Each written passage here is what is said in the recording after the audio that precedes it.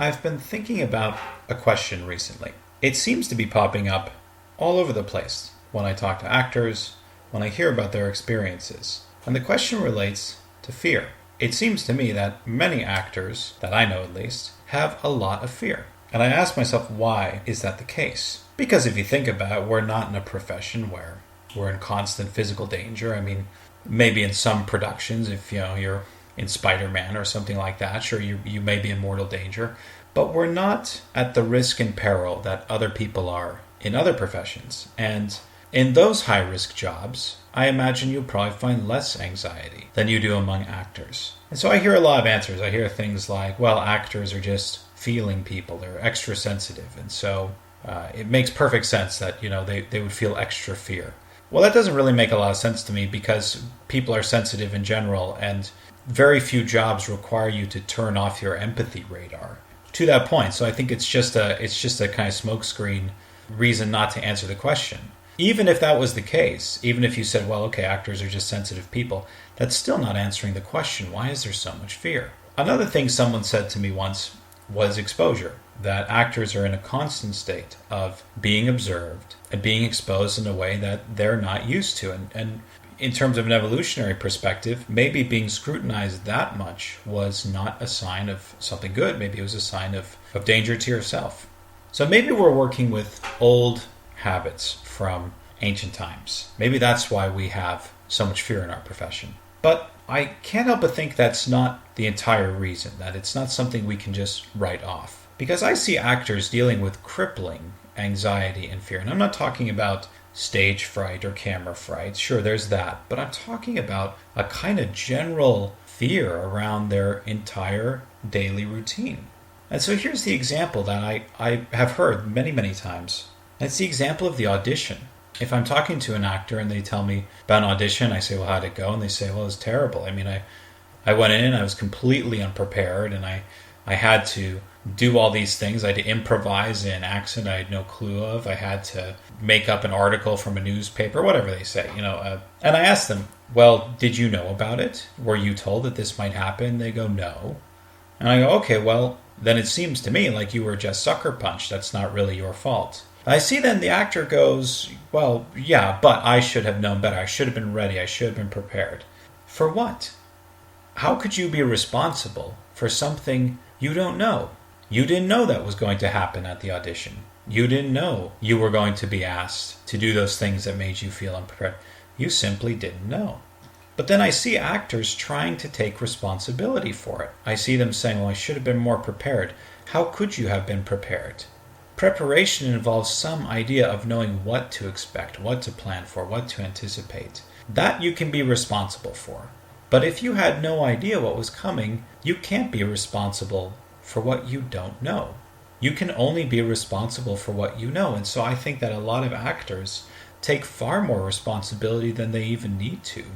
If you go into an audition and you are asked to do things you had no clue you were supposed to do and therefore feel completely unprepared, that's not your fault. That's the fault of the casting director or whoever did not inform you.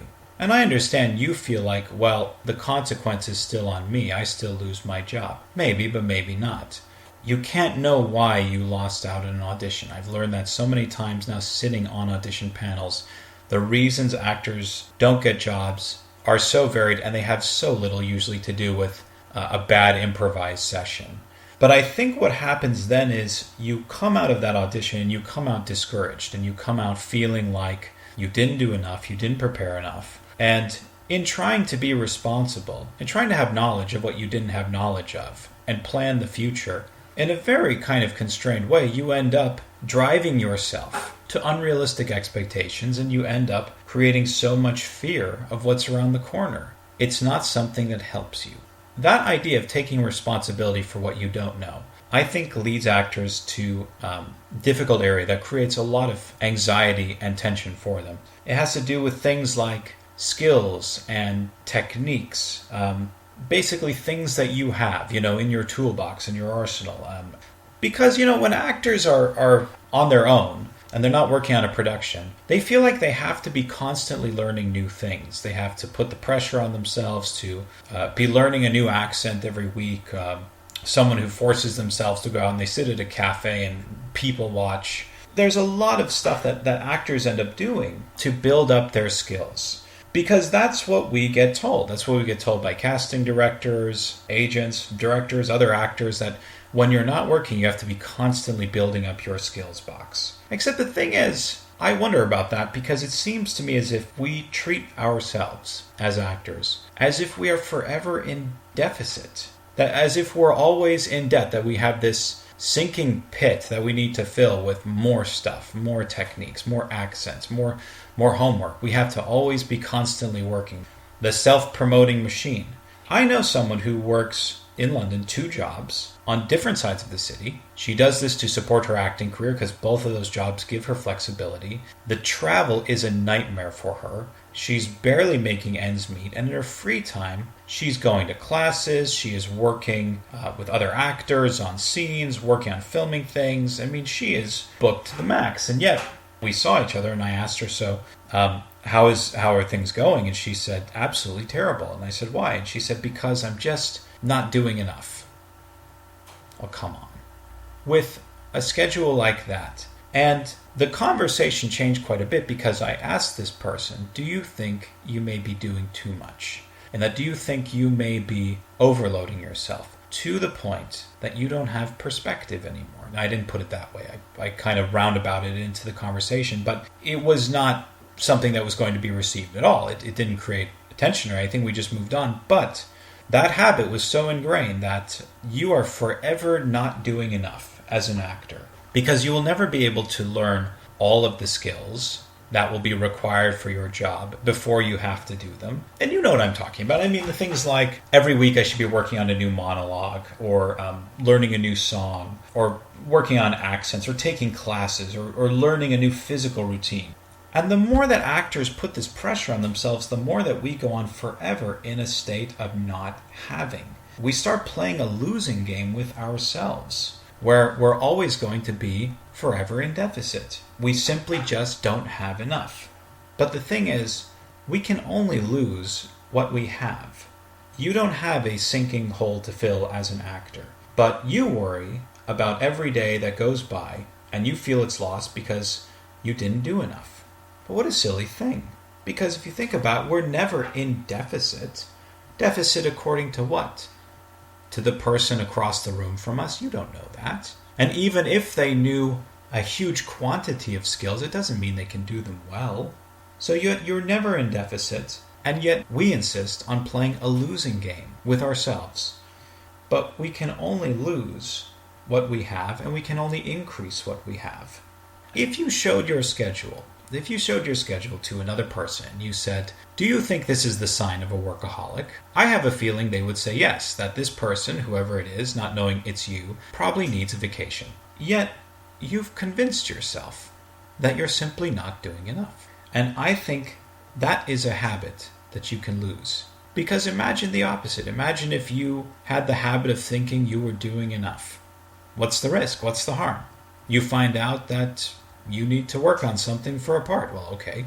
So you go work on it. It's that constant trying to preempt and trying to always have the head start. That's what's going to exhaust you. I know so many actors who are just tired of everything because they feel like they'll never ever get there.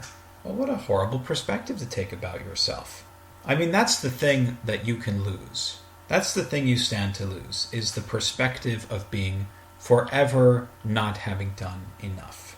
What you can gain is the perspective of forever gaining interest on a good principal amount. The good principal amount is you.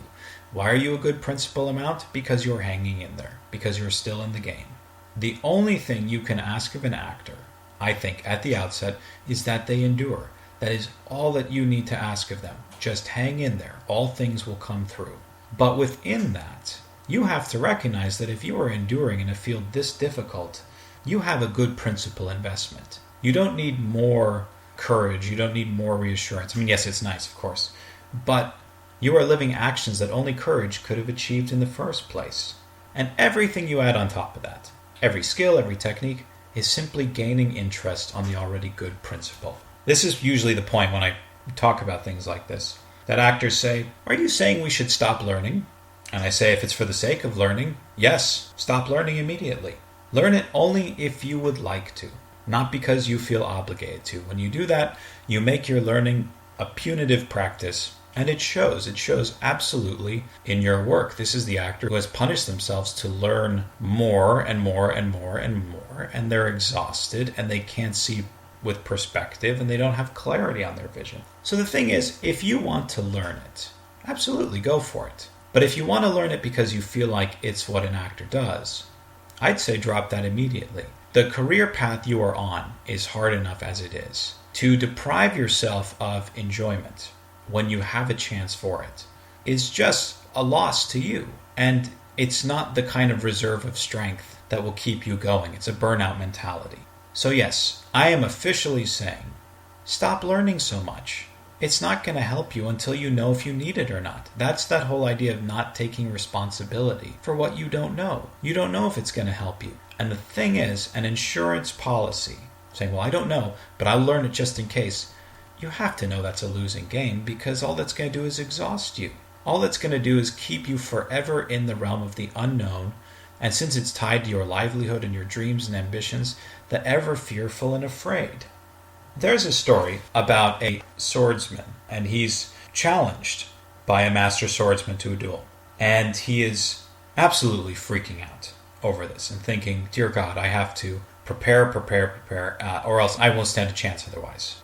He goes and he learns all of these techniques. He learns things about swinging and punching just in case the guy throws a punch. He learns about sword play, of course, but he also learns about weapons, and he decides, well, maybe I should bring some weapons with me. And then he learns about armor, and he goes, well, maybe I should bring some armor, and, while I'm at it, I'll bring a helmet and all this and that. And he shows up at the duel so burdened down with things that he cannot even see what is in front of him anymore. And to me, the actor who has too many obligations in their mind cannot see what's right in front of them. You've dealt with this at auditions where you go in so concerned about being prepared, and yet then you're told, oh, forget all that and just be in the moment. So something has to give. I propose it's the pressure put on you to do the most ridiculous thing of being responsible for what you don't know and always being in a losing game. That's what so many actors, I think, deal with. And I think that's what adds so much fear and so much worry to our daily lives, is that they feel obligated to be responsible for what they don't know and make up for the perpetual state of lost time that is their life. That may as well be close to a good definition of insanity if I have ever heard one. So if something has to give, if you stand to lose anything as an actor, I propose it is the perspective that does not serve you and only pretends to. And if you wish to challenge that, all I would ask this is consider the alternative. Consider the alternative if you didn't feel like you had so many obligations on yourself, that you were not only fine with where you are at, but you were arrived. That, okay, good, this is as much as I need, I'm happy. But that's the route that's open.